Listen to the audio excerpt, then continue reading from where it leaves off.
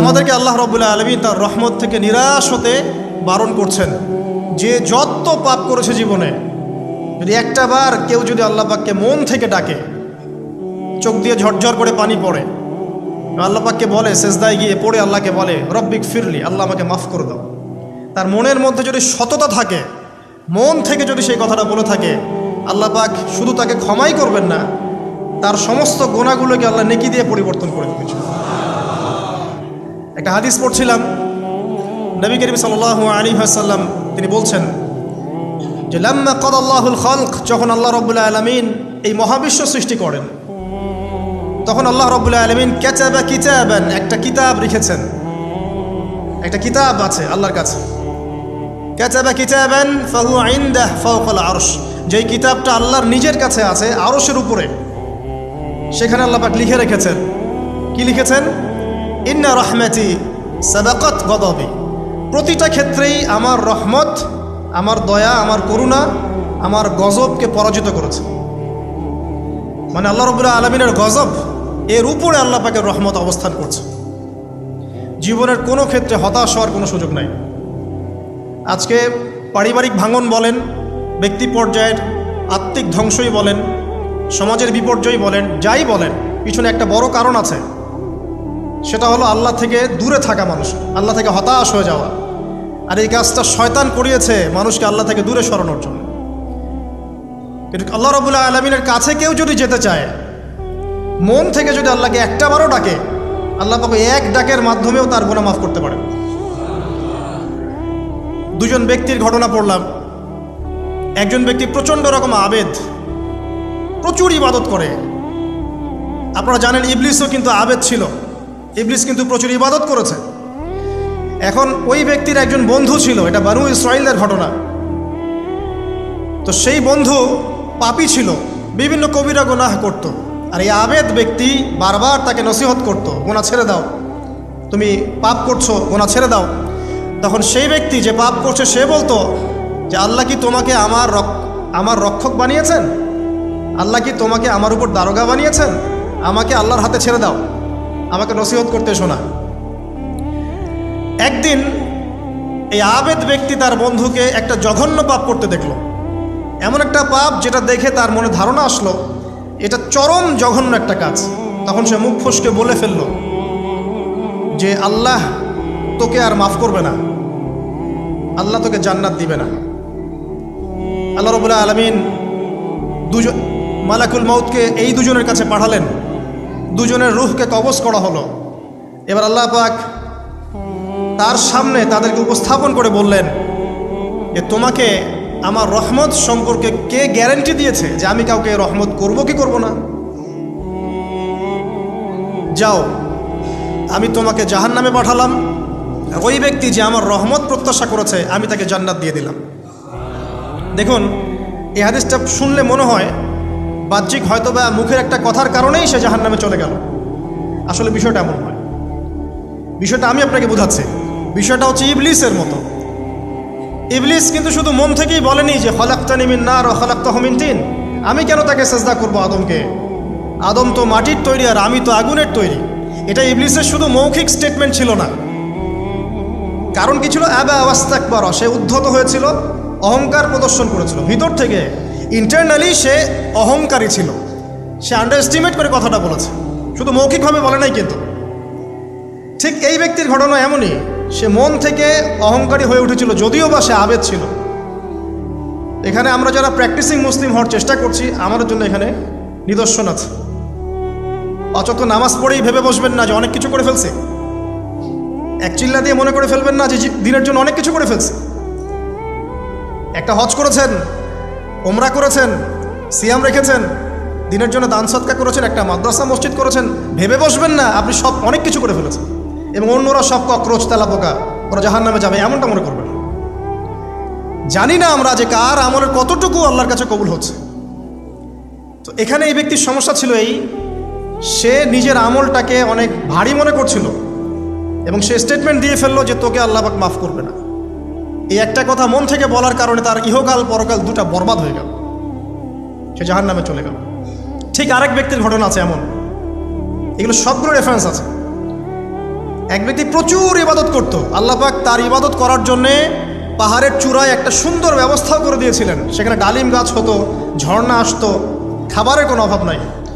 হাদিস এসেছে 500 বছর সে ইবাদত করেছে। কত বছর? কিয়ামতের মাঠে এই ব্যক্তির অবস্থা এমন হবে, তাকে জান্নাতে প্রবেশ করানোর জন্য নিয়ে যেতে বলা হবে যাও আমার রহমতে জান্নাতে চলে যাও। আল্লাহ পাক তাকে এই কথাটা বলবেন। কিন্তু এই ব্যক্তি বলবে আমার আমলের কারণে আল্লাহ পাক বলবেন আমার রহমতে জান্নাতে চলে যাও। ব্যক্তি বলবে আমার আমলের কারণে। আল্লাহ রাব্বুল আলামিন তখন তাকে দেওয়া সমস্ত নেয়ামতগুলোকে এক পাল্লায় করবেন, আর তার সমস্ত আমলকে আরেক পাল্লায় করবেন। একটা চোখের যে নেয়ামত আল্লাহ পাকের, সমস্ত আমলও 500 বছরের ইবাদত এতটুকু হয়নি।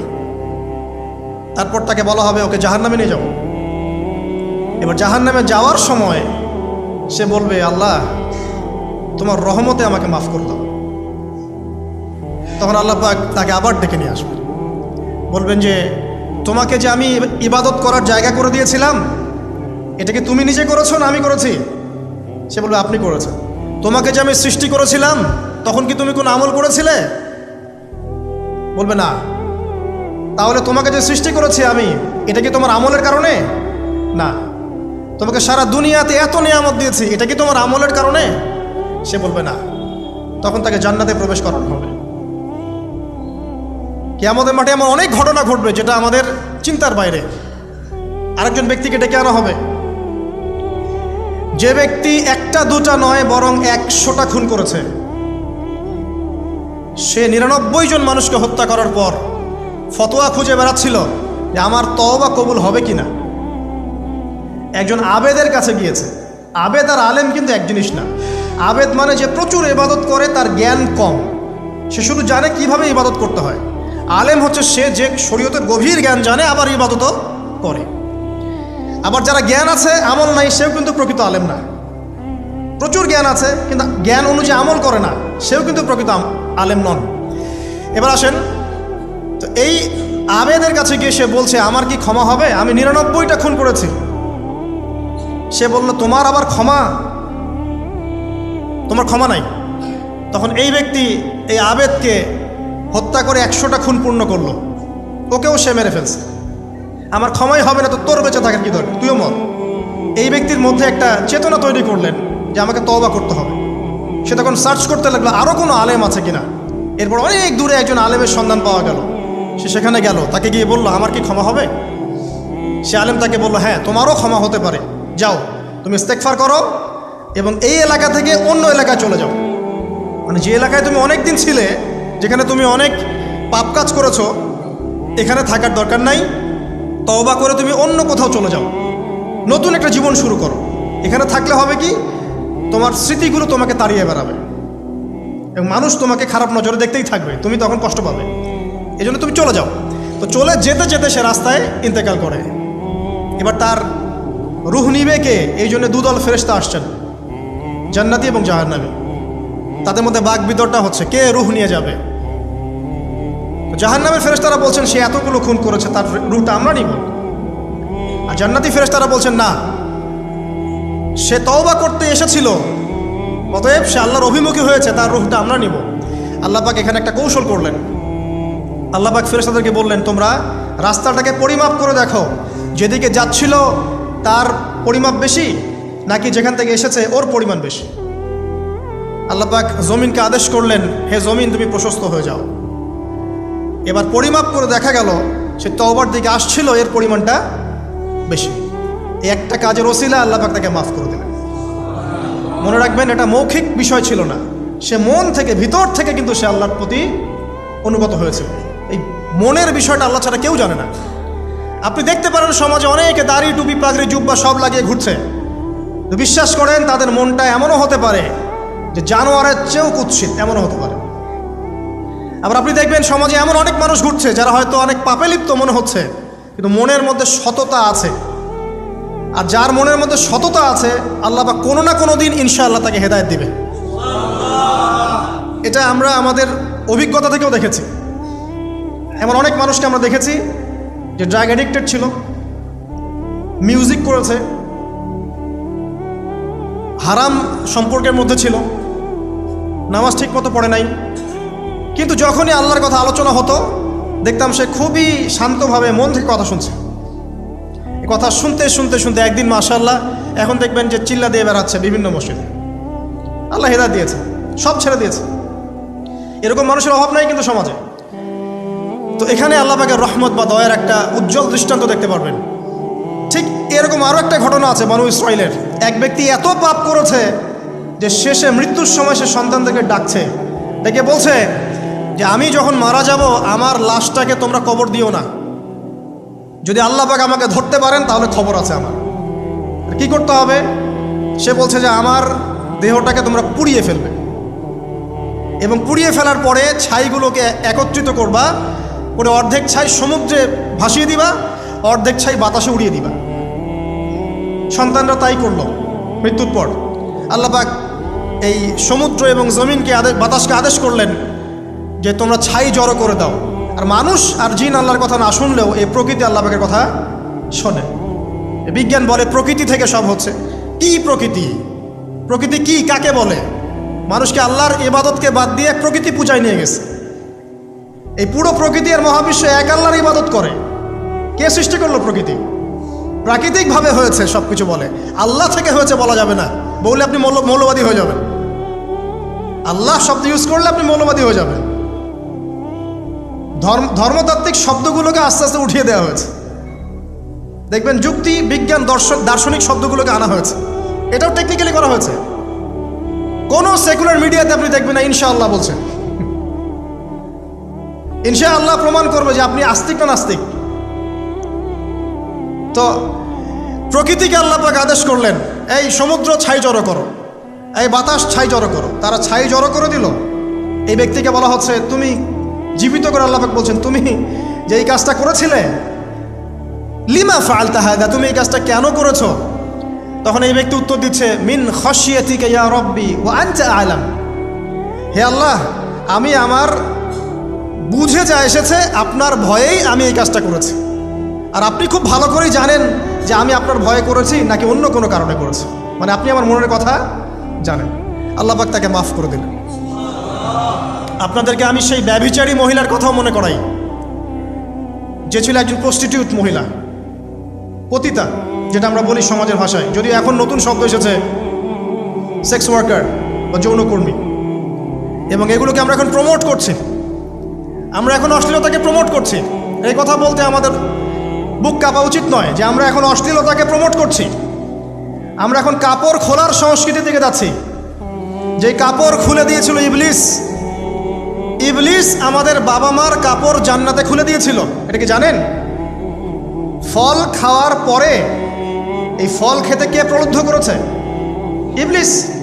গাছের কাছে গিয়ে ফল ভক্ষণ করার পর সর্বপ্রথম আমাদের পিতামাতার গা থেকে কাপড় খুলে পড়ে গেছে। আমাদের পিতামাতাকে মহাবিশ্বে নগ্ন করে দিয়েছে ইবলিস, আর তার অনুসারীরা এই জমিনে আদম সন্তানদেরকে নগ্ন করছে এখন। অতএব এই যে একটা ট্রেন্ড এখন চলছে, দেখবেন হারাম রিলেশনশিপকে মিডিয়ার মধ্য দিয়ে প্রমোট করা হচ্ছে, মনে হয় একটা স্বাভাবিক বিষয়। কোনো বিষয় না এটা, যে কেউ জেনাই করতে পারে। জেনা, পর্ন খুব নর্মাল। হালালভাবে যদি আপনি বিয়ে শাদী করতে যান তখন সমস্যা হচ্ছে। হালালভাবে যদি আপনি বিয়ে করতে যান তখন সমস্যা হচ্ছে। হারামভাবে আপনি যা ইচ্ছা তাই করতে পারেন, সমাজে কেউ কিছু বলছে না। এখন বলছে এগুলো স্বাধীনতা। সুবহানাল্লাহ, কোন স্বাধীনতা? স্বাধীনতা বলে কোনো শব্দ নাই মহাবিশ্বে। এই পুরো বিশ্বের সমস্ত মানুষ আল্লাহর অধীনে পরাধীন। এই বিশ্বে যত মানুষ বসবাস করছে এখন, এরা কেউই স্বাধীন নয়। না কেউ স্বাধীন ছিল, না আছে, না থাকবে। সবাই আল্লাহ পাকের দাসত্বের অধীনে পরাধীন। স্বাধীন সেই এই পৃথিবীতে যে ব্যক্তি শয়তানের তাবেদারি করে, ও নফসের তাবেদারি করে, ও তো স্বাধীন, যা ইচ্ছা তাই করতে পারে। এই যে অশ্লীলতার প্রমোটিংটা চলছে, এটাকে পারিবারিকভাবে বন্ধ করতে হবে। আল্লাহ পাক আমাদেরকে বোঝার তৌফিক দান করুন। এগুলো যত বাড়বে সমাজে মহামারী আসবে, দেখে নিয়ে মহামারী আসবে, দুর্ভিক্ষ আসবে, সমাজে এমন সব রোগ ব্যাধির জন্ম হবে যেগুলো নামও শোনে নাই মানুষ কখনো, এবং সামনে ভূমিধস অপেক্ষা করছে। এগুলো আসবে।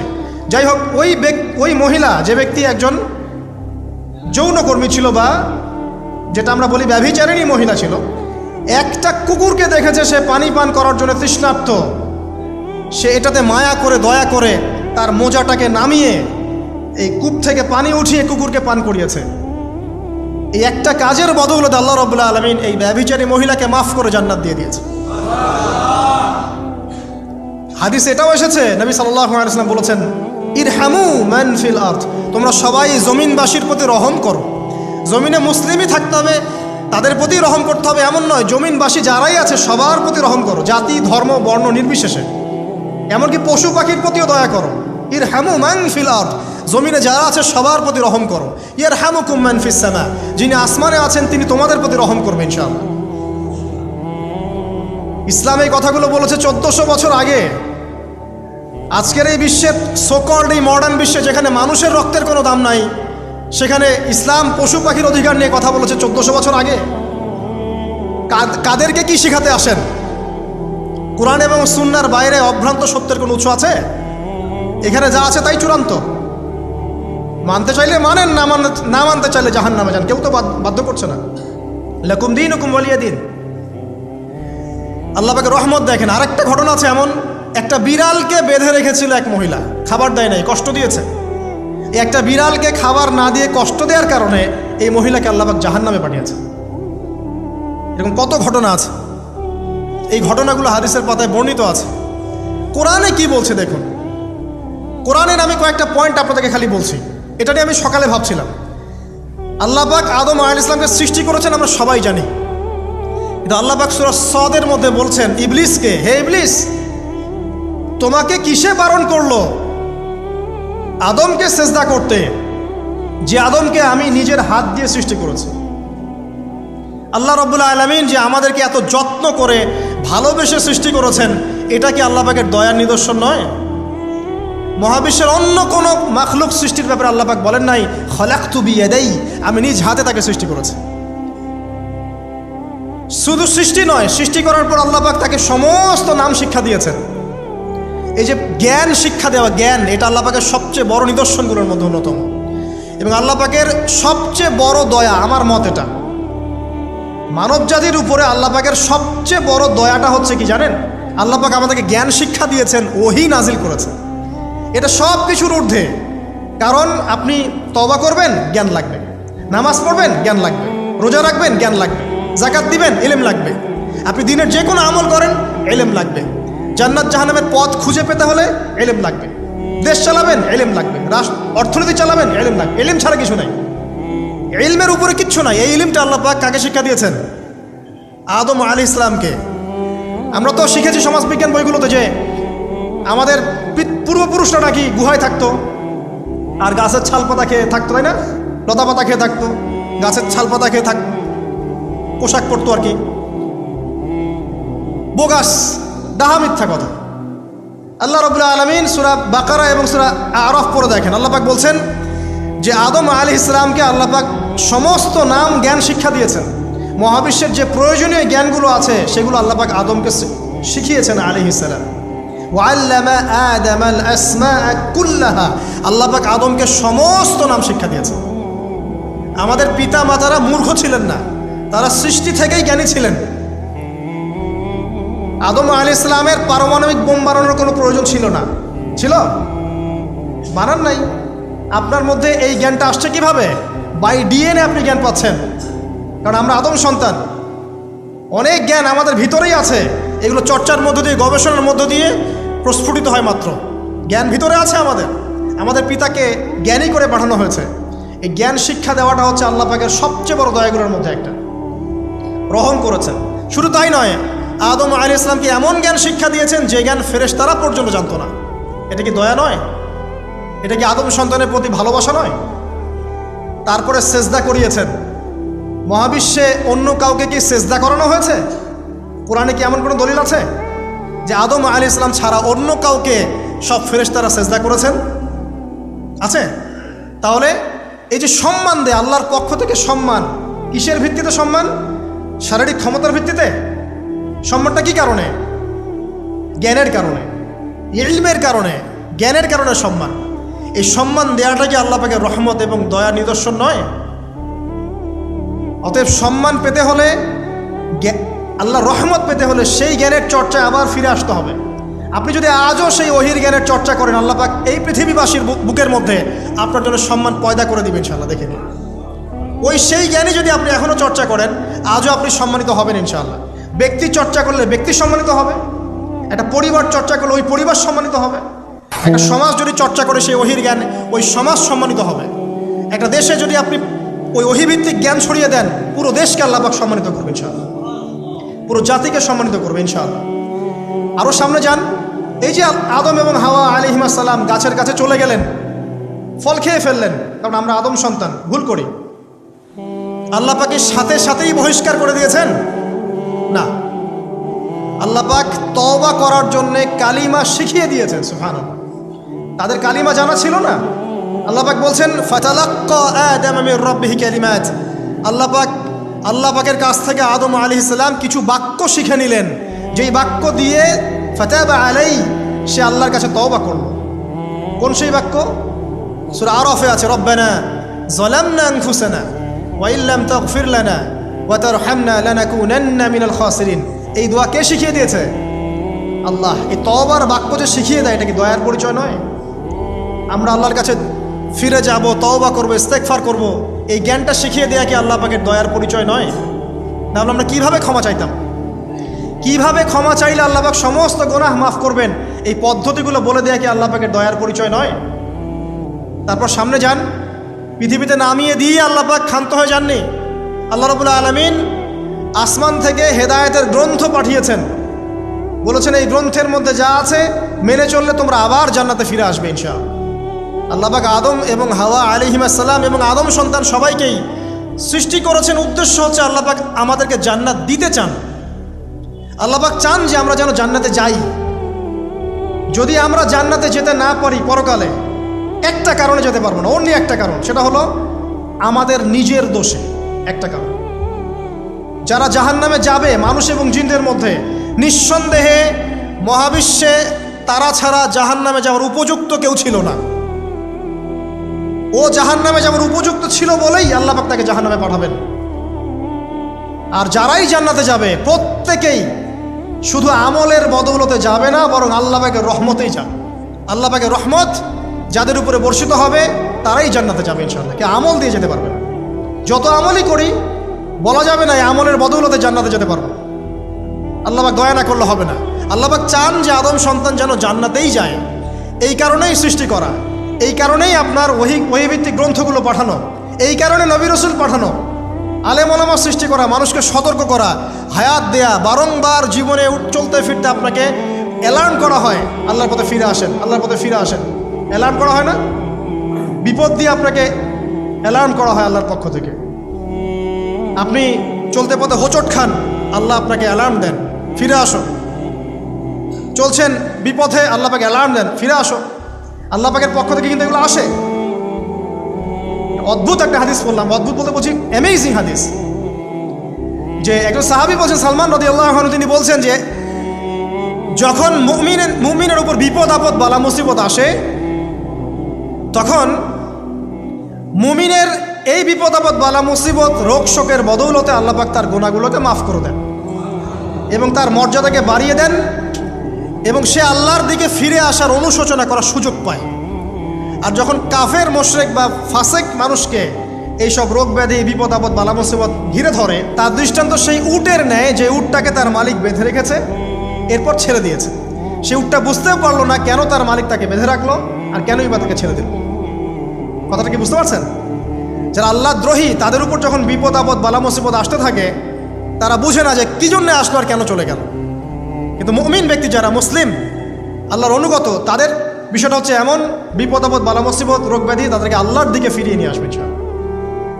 দেখুন, এই যে পৃথিবীতে নামিয়ে দেয়া, এরপর আল্লাহর পক্ষ থেকে ঐশী গ্রন্থগুলো পাঠানো, নবী রাসূল পাঠানো, আলেম ওলামা পাঠানো, আপনাকে হায়াত দেয়া, আপনাকে রিজিক দেয়া, এই শ্বাস নেওয়ার ক্ষমতা দেয়া, আপনাকে জ্ঞান বুদ্ধি দেয়া, বিবেক দেয়া, যে আমি তার পাশে লাউ গাছ উৎপন্ন করলাম। কোন গাছ? খেতে পারেন, এর শাক এবং এই যে ফল, এটার মধ্যে নিঃসন্দেহে এমন এমন কিছু উপাদান আছে যেটা হয়তো আমরা জানিও না, আবিষ্কার করা হয়নি। তিনি সুস্থ হয়ে গেলেন আলহামদুলিল্লাহ। কোথায় যাবেন? যে কোনো জায়গায় যান। নবী ঈসা আলাইহিস সালামকে চতুর্দিক থেকে আক্রমণ করছে ইহুদিরা। আল্লাহ রাব্বুল আলামিন তাকে এমন হেফাজত করলেন, তার কাছে তাকে উঠিয়ে নিলেন। এটা কি দয়ার পরিচয় নয়? এই যে একটু আগে তেলাওয়াত করলো শুরুর আগে নবী মূসা আলাইহিস সালামের ঘটনা। বনু ইসরাইল একটার পর একটা অবাধ্যতা করেই গেছে। আল্লাহ পাক তারপরেও তাদের কাছে নবী পাঠিয়েছেন, নবী মূসাকে পাঠিয়েছেন। ফেরাউনের মতো জালেম শাসকের হাত থেকে বনু ইসরাইলকে আল্লাহ পাক উদ্ধার করেছেন। এটা কি দয়ার পরিচয় নয়? নবী মূসা আলাইহিস সালাম গাছের নিচে বসে আছেন, খাবার নাই, বাসস্থান নাই, কিচ্ছু নাই, বরং তার গায়ে একটা অপবাদ দেওয়া হয়েছে যে তিনি নাকি একজন মানুষকে খুন করেছেন, অথচ তার ইন্টেনশন সেটা ছিল না। তিনি একটা ঘুষি দিয়েছেন লড়াই থামানোর জন্য, ওই এক ঘুষিতেই সেই ব্যক্তি ডেড। এবার তিনি গাছের নিচে বসে দোয়া করছেন, রব্বি ইন্নী লিমা আনজালতা ইলাইয়া মিন খাইরিন ফাকির। আল্লাহ, আমি নিঃস্ব অসহায় হয়ে এখানে বসে আছি, তুমি আমার উপর তোমার যে রহমত পাঠাবে আমি তার ভিখারি হয়ে বসে আছি। দোয়া করার সাথে সাথেই ওই শুআয়ব আলাইহিস সালামের মেয়ে হেঁটে হেঁটে চলে আসলো। তিনি স্ত্রী পেলেন, তিনি শ্বশুর পেলেন, একজন নবী পরিবার পেলেন, বাসস্থান পেলেন, চাকরি পর্যন্ত পেলেন। 8 বছর তিনি রাখালি করেছেন শুআয়ব আলাইহিস সালামের ফার্মের মধ্যে। দয়া মুহূর্তেই চলে আসবে, শুধু আল্লাহর দিকে অভিমুখী হলেই হয়, এগুলো দয়া। আইয়ুব আলাইহিস সালামের কথা মনে আছে না? দীর্ঘদিন রোগে ভুগছেন, চিকিৎসা হচ্ছে না, ভালো হচ্ছে না, শেফা হচ্ছে না। এখানে যারা আধ্যাত্মিকত্ব নিয়ে পড়াশোনা করেন, লেখালেখি করেন, তারা বলেছেন তাদের কিছু কিতাবের মধ্যে, রোগটা যখন এমন একটা পর্যায়ে চলে আসলো যে তিনি জিহ্বাটা নড়াতে পারছেন না, কারণ তিনি আল্লাহ পাকের জিকির করতে প্রচণ্ড ভালোবাসতেন। এক পর্যায়ে রোগটা এমন একটা জায়গায় চলে আসলো যে জিহ্বাটা তিনি নড়াতে কষ্ট হচ্ছে। তখন গিয়ে তিনি বলছেন, রব্বি আন্নী মাসসানি আদ-দুররু ওয়া আনতা আরহামুর রাহিমিন। হে আল্লাহ, আমাকে কষ্ট স্পর্শ করেছে, আর তুমি তো ক্ষমাকারী, রহমকারীদের মধ্যে সর্বশ্রেষ্ঠ রহমকারী। আমি জিকির করতে পর্যন্ত পারছি না, আল্লাহ আমার রোগটা শেফা দিয়ে দাও। বলার সাথে সাথে আল্লাহ রাব্বুল আলামিন প্রস্রবণ ঝর্ণা তৈরি করলেন, এখানে গোসল করো, শেফা হয়ে গেল। এগুলো কি রহমতের পরিচয় নয়? এখানে এক শ্রেণীর স্কলার এমনও বলেছেন, আজকে আমরা যারা বাহ্যিক সৌন্দর্য নিয়ে বেশি গর্ব করি আর কি, আত্মিক সৌন্দর্যের চাইতে বাহ্যিক সৌন্দর্য নিয়ে যারা বেশি গর্ব করি, যদি আল্লাহ পাক আমাদের পোশাকটাকে পরিবর্তন করে দেন, আত্মাটাকে দেহের পোশাক দেন আর দেহটাকে আত্মার পোশাক বানায় দেন, তাহলে দুর্গন্ধে কি আমাদের সামনে আসতে যাবে না। কথা মনে বুঝতে পারছেন না? আইয়ুব আলাইহিস সালামের আত্মাটা ছিল পবিত্র, পরিশুদ্ধ, তার দেহের মধ্যে রোগ হয়েছিল। আর এই পুরো বিশ্বের ম্যাক্সিমাম লোকের মানুষের রোগ এখন আত্মায়, দেহে নয়। আবার বলছি, হয়তো বুঝতে পারছেন না। আইয়ুব আলাইহিস সালামের রোগটা হয়েছিল দেহে, বাইরে। তার আত্মা ছিল পবিত্র, পরিশুদ্ধ আত্মা। দেহের রোগের একটা পর্যায়ে যখন জিহ্বাটায় ইফেক্ট হলো, তখন জিকির করতে তার কষ্ট হচ্ছে, তখন তিনি দোয়া করছেন, আল্লাহ আমার এই রোগটাকে শেফা দিয়ে দাও। আর এখনকার পুরো জেনারেশন, এই সভ্যতার রোগ হচ্ছে ভিতরে আত্মায়। দেহের রোগের চাইতে তার আত্মার রোগটা বেশি। এখন এই আত্মাটাকে যদি দেহ বানিয়ে দেওয়া হয় আর দেহটাকে আত্মার পোশাক পরিয়ে দেওয়া হয়, দুর্গন্ধে কেউ সামনে আসতে চাবে না এখন। তাই আইয়ুব আলাইহিস সালামের সেই দোয়া এখন আমাদের বেশি করা উচিত। রব্বি আন্নী মাসসানি আদ-দুররু ওয়া আনতা আরহামুর রাহিমিন। আল্লাহ, আমাদের আত্মায় রোগ এসেছে, এটাকে তুমি শেফা দাও। দেহের রোগ লেস ইম্পর্টেন্ট, আত্মার রোগটা বেশি ইম্পর্টেন্ট। এরকম নিদর্শন কোরআনের পাতায় পাতায় ছড়িয়ে আছে। আসহাবুল কাহফ, পুরো সমাজ ওদেরকে মেনে নিচ্ছে না, গুহায় চলে গেলেন, ঘুম পাড়িয়ে দিলেন আল্লাহ পাক। 309 বছর। কত বছর?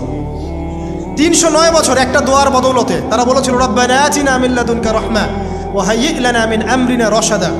আল্লাহ পাক শুধু ঘুম পাড়িয়ে রাখলেন না, তাদের মধ্য দিয়ে আল্লাহ পাক পুরো একটা সভ্যতাকে হেদায়েত করে দিলেন। আলহামদুলিল্লাহ। যে সভ্যতা বিশ্বাস করতো না যে পরকাল বলে কিছু আছে, দাকিয়ানুস বাদশার সেই জুলুম থেকে আল্লাহ পাক এই 10 জন বা 9 জন যুবককে বাঁচালেন, ওদেরকে কিয়ামত পর্যন্ত কোরআনের পাতায় স্থান দিলেন, নিদর্শন বানালেন, এবং তাদের মধ্য দিয়ে একটা পুরো সভ্যতাকে হেদায়েত দিলেন। সুবহানাল্লাহ। যেখানে যাবেন এই নিদর্শন। আর কার কথা বলবো? যুলকারনাইন, মনে আছে? কোন সূরা আছে যুলকারনাইনের কথা? সূরা কাহফ। আল্লাহ পাক তাকে এমন রহমত করেছিলেন যে মাশরিক মাগরিব, মানে পূর্ব পশ্চিম পর্যন্ত তাকে রাজত্ব দিয়ে দিয়েছে। আজকে তো আমরা এই সামান্য একটু ক্ষমতা পেলেই আমাদের কেউ চেনে না, গায়ে হাতি দেওয়া যায় না, ঠিক আছে? মানে তখন সে নিজেকে মনে করে যে সে এই পৃথিবীর সব কিছু, বাকি মানুষ আর মানুষ না। ক্ষণস্থায়ী সামান্য একটু ক্ষমতা দিয়ে দেখবেন আমাদের অবস্থা খারাপ। প্রত্যেকের ধর্মতাত্ত্বিক ক্ষেত্রেও যদি কাউকে আপনি একটু ক্ষমতাধর আলেম মনে করেন, দেখবেন অহংকারে বাঁচতেছে না। কারো একটু পপুলারিটি হয়ে গেছে, দেখবেন অহংকারে বাঁচতেছে না। আইওয়াশ শোডাউনের জামানা তো এটা, যে যত পারে মানুষকে দেখাতে পারলে বাঁচে। আর কাজ হবে 5%, 95% হচ্ছে আইওয়াশ। যে কোনো জায়গায়, ধর্মতাত্ত্বিক জায়গা বলেন, social, economical, political, world affairs, কাউকে যদি আল্লাহ পাক যাররা পরিমাণ একটু ক্ষমতা দিয়ে দিয়েছেন, ব্যাস তাকে আর চেনা যায় না। যুলকারনাইনকে আল্লাহ পাক আলাইহিস সালাম মাশরিক মাগরিবের ক্ষমতা দিয়েছিলেন। এত দাপট ছিল তার, যেদিকে সেনাবাহিনী নিয়ে যেতেন সেদিকে বিজয় করতে পারতেন। পড়ে দেখেন। আর এই ব্যক্তি কিন্তু আলেকজান্ডার দ্য গ্রেট নয়। পশ্চিমারা এখানে আবার একটা ষড়যন্ত্র করেছে। তারা বলে এই ব্যক্তি ছিল আলেকজান্ডার দ্য গ্রেট। এটা ভুয়া কথা। তিনি একজন আল্লাহ পাকের বড় ওলি ছিলেন অথবা নবী ছিলেন। কি ছিলেন আল্লাহ পাক এটা কোরআনে বলেন, স্পষ্ট করেন নাই। তা আমরা ধরে নিচ্ছি আল্লাহ পাকের তিনি একজন শুকরগুজার বান্দা ছিলেন। তাকে একটা কওম বলছে যারা পাহাড়ের মাঝখানে থাকতো, ইয়া যুলকারনাইন, হে যুলকারনাইন, ইন্না ইয়াজুজ ওয়া মাআজুজ মুফসিদুনা ফিল আরদ, ইয়াজুজ আর মাআজুজের সভ্যতা জমিনে ফাসাদ সৃষ্টি করছে। ফাহাল নাজআলু লাকা খরজান আলা আন তাজআলা বাইনানা ওয়া বাইনাহুম সাদ্দা, আমরা কি তোমাকে একটু ট্যাক্স দিব, খাজনা দিব, যে খাজনার বদৌলতে তুমি একটা প্রাচীর নির্মাণ করে দিবে, যে প্রাচীর নির্মাণ করলে ওরা আর আমাদের কাছে আসতে পারবে না। তখন এই প্রতাপশালী বাদশার স্টেটমেন্ট হচ্ছে এই, ক্বালা মা মাক্কান্নী ফীহি রাব্বী খায়র, আল্লাহ আমাকে যা দিয়েছেন তার পক্ষ থেকে এটা যথেষ্ট, তোমাদের এইসব ট্যাক্সের দরকার নেই আমার। যে আল্লাহ পাকের রহমত দেখেন। ঠিক খিজির আলাইহিস সালামকেও দেখবেন, ওই 3টা ঘটনা মনে আছে না? নৌকা ফুটা করা, বাচ্চাকে হত্যা করা, আর হচ্ছে কি ওই যে কি দেয়াল নির্মাণ করা। সূরা কাহফ আজকে বাসায় গিয়ে পড়েন। তাকে আল্লাহ পাক ভবিষ্যতের জ্ঞান দেখাচ্ছেন, ভবিষ্যতে কি হবে, যে জ্ঞানটা মূসা আলাইহিস সালামকে আল্লাহ পাক দেখাচ্ছেন না। মূসা আলাইহিস সালাম বলছেন কেন নৌকা ফুটা করলেন, কেন বাচ্চাকে হত্যা করলেন, কেন এই প্রাচীর নির্মাণ করলেন। আর খিদির আলাইহিস সালাম বলছেন যে জ্ঞান আল্লাহ তোমাকে দেন নাই তা আল্লাহ পাক আমাকে দিয়েছেন। আমি এই কারণে নৌকা ফুটা করছি, কারণ নৌকা ফুটা না করলে ভবিষ্যতে এই নৌকাটা সিজ করা হবে, ছিনতাই করা হবে। বাচ্চাটাকে হত্যা করেছে এই কারণে, এই বাচ্চা বড় হলে বড় কাফের হতো। দেয়াল নির্মাণ করেছে এই কারণে, এই দেয়ালের নিচে এই বাচ্চাদের, এতিম 2 বাচ্চার গুপ্তধন রাখা আছে, ওর বাবা মা রেখেছে। এটা তুমি জানো না, আমি জানি। এটা জানার পরে তিনি অহংকার করছেন না, তিনি বলছেন রাহমাতাম মির রব্বি, এই জিনিসটা আমার রবের রহমত, আমার প্রতি দয়া। 2 শ্রেণীর মানুষ আপনি পাবেন। এক, যারা তাদের স্ট্যাটাস, প্রতিপত্তি, জ্ঞান এসবের অহংকার প্রদর্শন করবে। আর এক শ্রেণী যারা এগুলো আছে, যাদের এগুলো আছে, বাট তারা বলবে এগুলো হ্যাঁ মিন ফদলি রব্বি, এগুলো আমার রবের রহমত। এখানে সফল 2য় শ্রেণীর মানুষ, 1ম শ্রেণীর নয়। ইউসুফের কথা মনে আছে? আলাইহিস সালাম কুয়ায় ছিলেন, কুয়া থেকে জেলে, কুয়া থেকে রাজপ্রাসাদে, সেখান থেকে জেলখানায়। জেলখানার একটা মানুষ যে পরবর্তীতে মিশরের শাসক হবে, কেউ কি ভেবেছিল? কেউ ভেবেছিল? ওই সময় কেউই ভাবে নাই। কিন্তু ওই মানুষটাকে আল্লাহ রাব্বুল আলামিন মিশরের রাজত্ব দিয়েছেন, যার মধ্য দিয়ে আল্লাহ পাক হাজার হাজার লক্ষ লক্ষ মানুষকে দুর্ভিক্ষের হাত থেকে বাঁচিয়েছেন। আল্লাহ পাকের পরিকল্পনা, রহমত দেখেন। প্রত্যেক আম্বিয়া কেরামের জীবনী পড়ে দেখেন, এরকম রহমতের অসংখ্য নিদর্শন কোরআনে এবং হাদিসে আছে। এখন শেষ করার আগে, এটা বলতে থাকলে অনেক সময় চলে যাবে, নামাজের সময় চলে যাবে, আমরা শেষ করছি।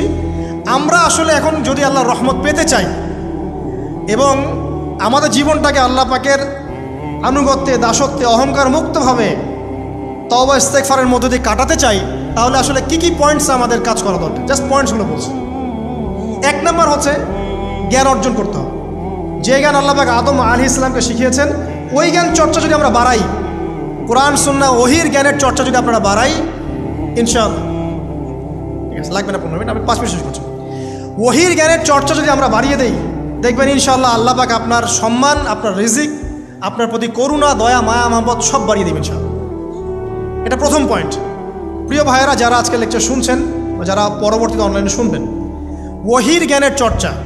আমি বলছি না আপনি ডাক্তার হবেন না, ইঞ্জিনিয়ার হবেন না, জেনারেল লাইনে পড়বেন, এই কথা আমি বলতে যাবো না কখনো। কারণ আমি জানি, আর কেউ বলুক না বলুক, অ্যাটলিস্ট আমি জানি এই ওয়ার্ল্ডকে ডিল করতে হলে বর্তমান এইসব আধুনিক জ্ঞানের কোনো বিকল্প নাই।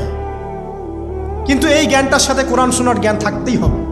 যখন এই 2টা জ্ঞান একত্রিত হবে, ইনশাল্লাহ এই জাতিকে ঠেকানোর কেউ থাকবে না ইনশাল্লাহ। এই সহজ সরল কথাটা আমরা বোঝাতে ব্যর্থ হচ্ছি, অথবা কিছু মানুষ ইন্টেনশনালি এটাকে ঘুরিয়ে ফিরে উল্টা ব্যাখ্যা করছে।